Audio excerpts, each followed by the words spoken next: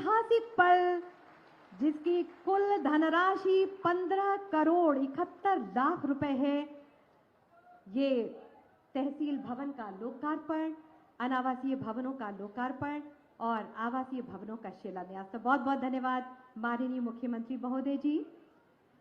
स्पष्ट लक्ष्य, सटीक रणनीति, न रुकना न थकना, नई नित सकारात्मक सोच से प्रदेश को विकास की ऊंचाइयों की ओर ले जाने में पूरी तरह सक्षम सुशासन के प्रतीक माननीय मुख्यमंत्री माननीय श्रीमान योगी आदित्यनाथ जी से मैं बहुत ही आदर के साथ निवेदन करती हूँ, प्रार्थना करती हूँ कि आज के शुभ मौके पर अपने आशीर्वचनों से हम सभी को अनुग्रहित करने की कृपा करें। आप सबकी प्रणाम रूपी तालियों के साथ।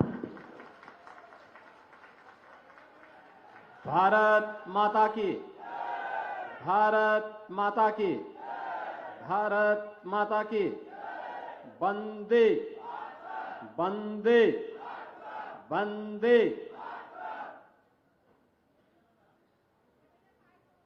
मंच पर उपस्थित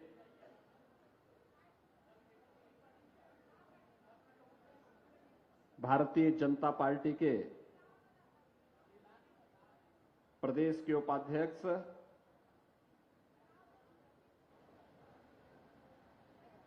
विधान परिषद सदस्य और पूर्व सांसद श्री पदम सेन चौधरी जी,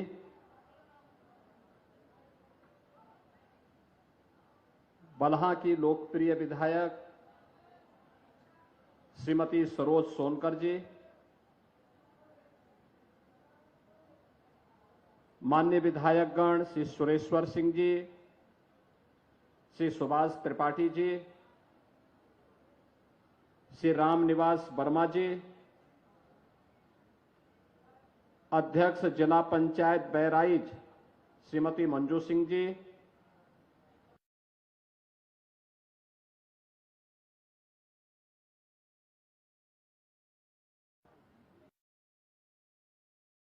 श्री ब्रजेश पांडे जी,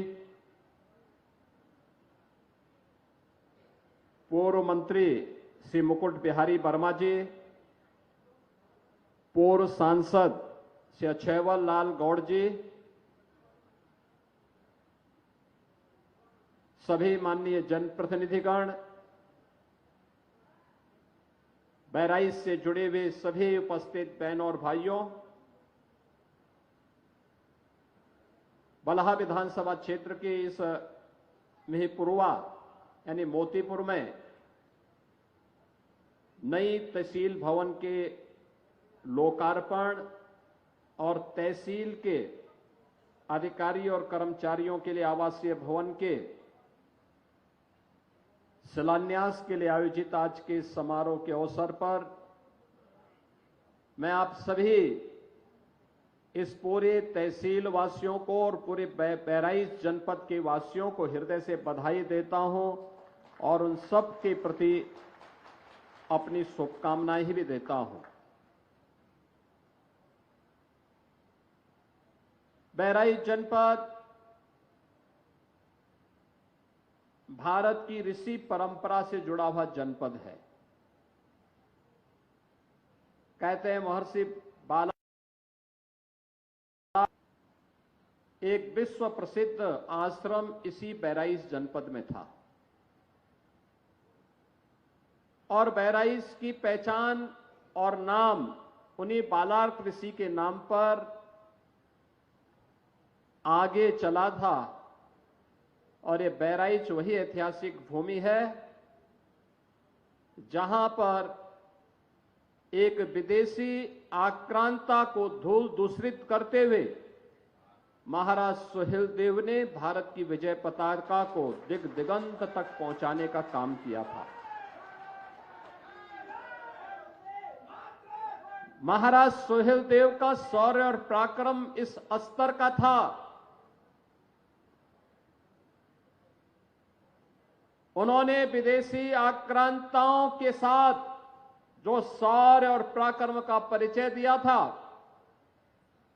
उसी की परिणति थी कि 150 वर्षों तक कोई विदेशी आक्रांता भारत पर हमला करने की कोई दुस्साहस नहीं कर पाया था। बहनों और भाइयों, ऐसी पावन धरा को जो ऋषि बालार्क की साधना से पवित्र हुई हो, जिस पावन धरा को अपने शौर्य और पराक्रम से महाराज सुहेलदेव ने विजय भूमि के रूप में बदल करके इसे बहराइच की पहचान दी, इस बहराइच की पावन धरा को नमन करते हुए मैं आप सबका हृदय से अभिनंदन करता हूं। बहराइच को उसकी पहचान से वंचित करने का प्रयास हुआ था और यही कारण था पिछली सरकारें घोषणा करती थी, घोषणे पे घोषणा करती थी, कार्य नहीं हो पाते थे। मेपुरवा तहसील आज तक भवन नहीं,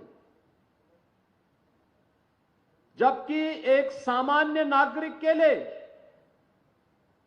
सबसे ज्यादा उसका कार्य पड़ता है तहसील से। भूमि संबंधी रिकॉर्ड हो, उसके पैमाइश की कार्रवाई हो, वरासत की कार्रवाई हो, नामांतरण हो, बंटवारे का कार्य हो या फिर लैंड यूज से जुड़ी हुई इस सभी मामलों का निस्तारण का केंद्र तो तहसील है। आपको अपने विरासत को आगे बढ़ाना हो, खेत के कागजात आपको चाहिए, उसका केंद्र तो तहसील है। जब तहसील की अपना भवन ही नहीं होगा, एक सामान्य न्याय को राजस्ववाद से जुड़े हुए मामलों में क्या न्याय मिल पाएगा? बहनों और भाइयों, जब 2017 में भारतीय जनता पार्टी के डबल इंजन की सरकार प्रदेश में आई, उस समय 33 लाख से अधिक ऐसे मामले थे, राजस्ववाद थे जो लंबित पड़े थे। 33 लाख से अधिक मामले, जिसमें वरासत का मामला था, नामांतरण का मामला था, लैंड यूज के मामले थे, बंटवारे के मामले थे, पैमाइश के मामले थे। आप अनुमान करिए कि 33 लाख मामले अगर लंबित हैं तो गांव-गांव में मारपीट होना, बलवा होना, दबंगों के द्वारा गरीब की जमीन को जबरन हथिया लेना, ये आम बात रही होगी। और यही कारण था उत्तर प्रदेश में पिछली सरकारों के निकम्मेपन के कारण, बेईमानी और भ्रष्टाचार के इस कदर उन्होंने इन केंद्रों को अड्डा बना दिया था, एक सामान्य नागरिक न्याय की उम्मीद नहीं कर सकता था। गरीब की आवाज को दबाई जाती थी। हम लोगों ने एक समय सीमा तय की, राजस्व संहिता तैयार करके सुनिश्चित किया कि एक समय सीमा के बाद अगर बात लंबित है तो जवाबदेही तय होगी। जिस स्तर पर लंबित है, एसडीएम के स्तर पर, तहसीलदार के स्तर पर, नायब तहसीलदार के स्तर पर, कानून गो के स्तर पर, लेखपाल के स्तर पर, जिस भी स्तर पर लंबित है उसके लिए जवाबदेही तय होगी। और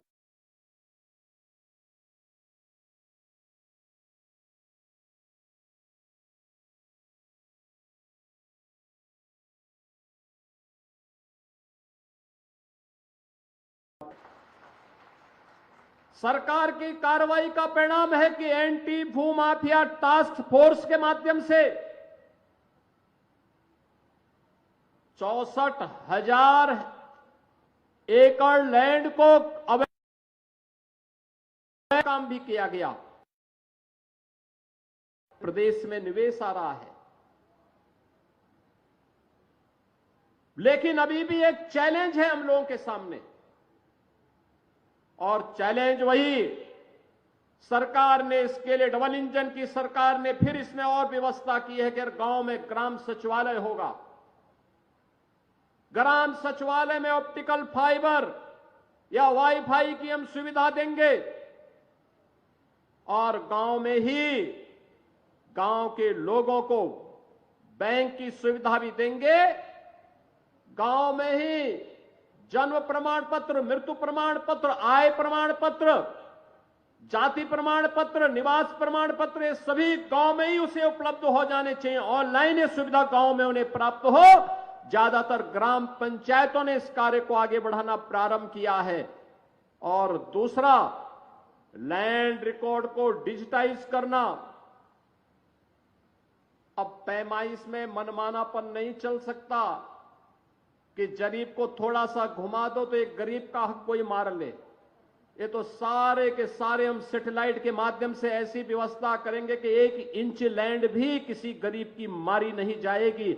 और इस व्यवस्था को लागू करने के लिए सरकार आगे बढ़ चुकी है। इसके लिए अच्छी तहसील भवन की आवश्यकता थी और इसीलिए आज मैं स्वयं ही मिहीपुरवा में आया हूं, इस मोतीपुर में आया हूं, आप सबको समर्पित करने के लिए, इस तहसील भवन को करने के लिए आया हूं।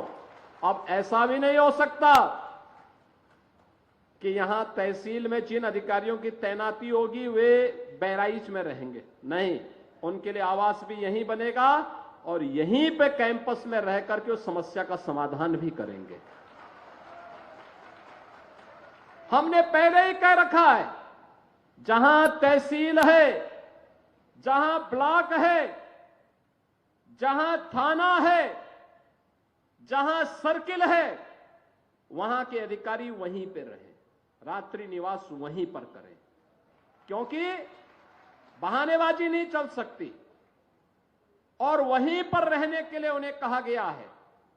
बहनों और भाइयों, जब ये आवासीय सुविधा बनेगी और सुविधा यहां पर हो जाएगी, जिससे लोगों को समय से न्याय मिले, लोगों का एहसास हो, किसी गरीब के साथ, किसी किसान के साथ, किसी नौजवान के साथ, किसी महिला के साथ अन्याय न हो।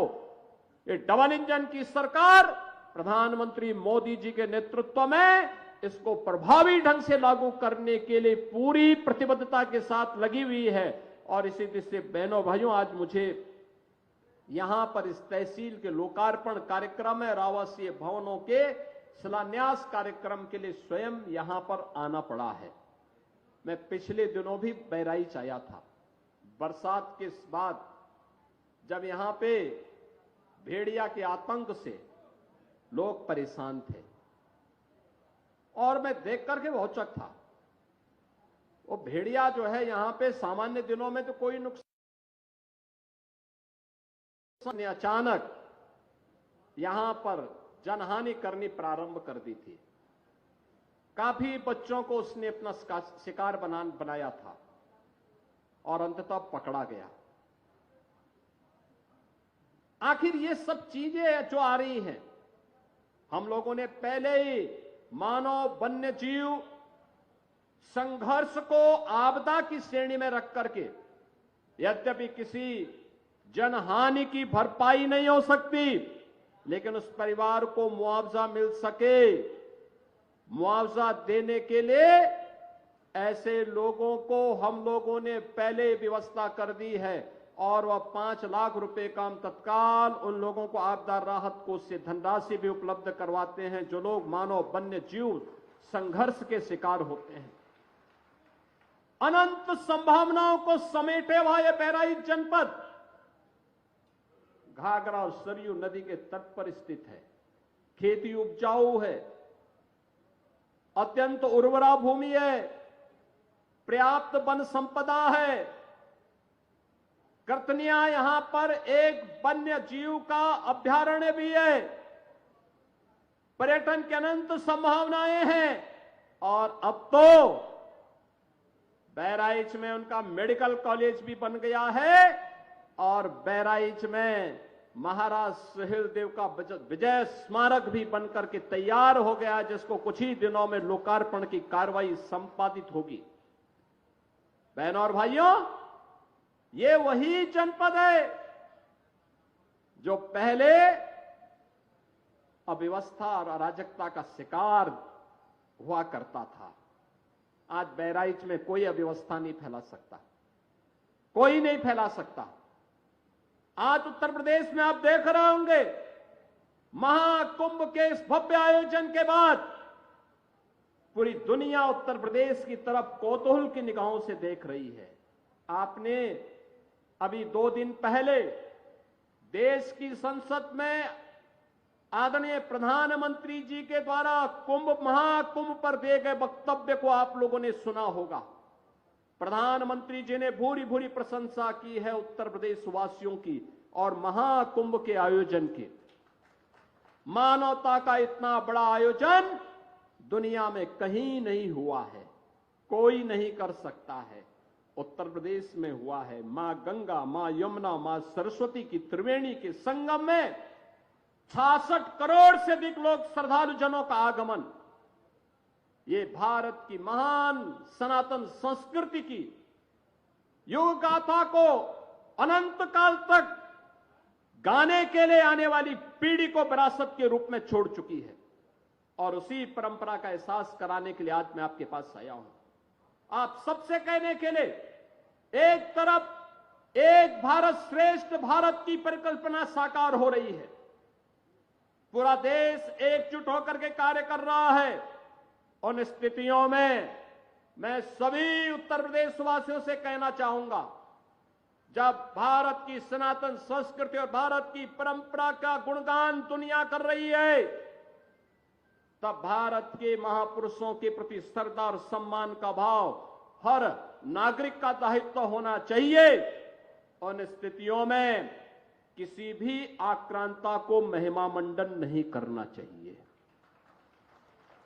आक्रांता का महिमा मंडन का मतलब देशद्रोह की नींव को पुख्ता करना, और स्वतंत्र भारत ऐसे किसी देशद्रोही को स्वीकार नहीं कर सकता है जो भारत के महापुरुषों को अपमानित करता हो, उन आक्रांताओं का महिमा मंडन करता हो, जिन आक्रांताओं ने भारत की सनातन संस्कृति को रौंदने का कार्य किया था, बहन बेटियों की इज्जत पर हाथ डालने का काम किया था, हमारी आस्था पर प्रहार किया था, उसे आज का ये नया भारत स्वीकार करने को कतई तैयार नहीं है। और इसीलिए मैं आपके कहने के लिए आया हूं, विकास की एक गाथा तभी आगे बढ़ सकती है जब हम अपनी विरासत को पूरे गौरव के साथ आगे बढ़ाने का काम कर रहे हैं। हमारी गौरव गाथा विरासत के साथ जुड़ती है, विरासत विकास के साथ जुड़ता है। विरासत और विकास की अद्भुत गाथा का ही एक नया रूप है बहराइच का, जहां मेडिकल कॉलेज भी बन गया है और साथ साथ हमने बहराइच का बाईपास भी स्वीकृत कर दिया है। बहराइच में एक नया बाईपास भी होगा। नेपाल से कनेक्टिविटी को आसान कर लिया है और यहां पर जो कर्तनिया घाट वन्य जीव प्रभाग है, इसको टूरिज्म की दृष्टि से इको टूरिज्म के एक नए हब के रूप में विकसित करने के लिए कोई भी लखनऊ से आएगा, 1-1.25 घंटे की दूरी पर बहराइच में महाराज सोहेल देव के विजय स्तंभ के प्रति नमन करेगा और वहां से कर्तनिया घाट में इको टूरिज्म का आनंद लेकर के यहां पर ढेर सारे रोजगार को आगे विकसित करने में अपना योगदान देगा। और उसी योगदान के प्रति आप सबके सहयोग के लिए आज हम सब आपके बीच में यहां पर आए हैं। बहनों और भाइयों, आज आप देख रहे होंगे, ये वही जनपद है जिस जनपद की 2017 के पहले जो जनपद की यहां पे जो जीडीपी थी, वह इस जनपद की मात्र 6,934 करोड़ थी। और आज जब हम 23-24 की बात करते हैं तो यह कई गुना आगे बढ़ करके 25,000 करोड़ रुपए से अधिक हो चुकी है अकेले बहराइच की।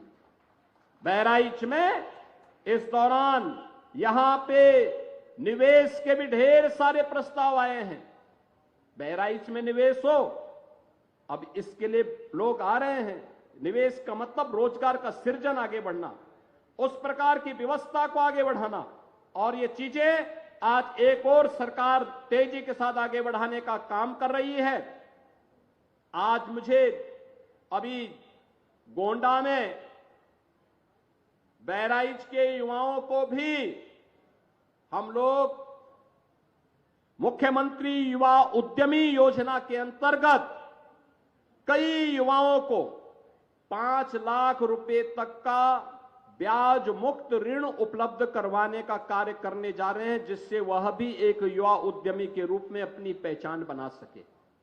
और 25, 26 और 27 मार्च को जो 3 दिवसीय जनपद स्तर पर मेला लगेगा, इसमें बचे हुए युवाओं को जो भी युवा उद्यमी स्कीम का लाभ लेना चाहेगा, उसको भी ये पैसे की व्यवस्था उस दौरान बैंकर्स के माध्यम से मिलेगी, जिस पर जो भी ब्याज आएगा उसका भुगतान सरकार करेगी।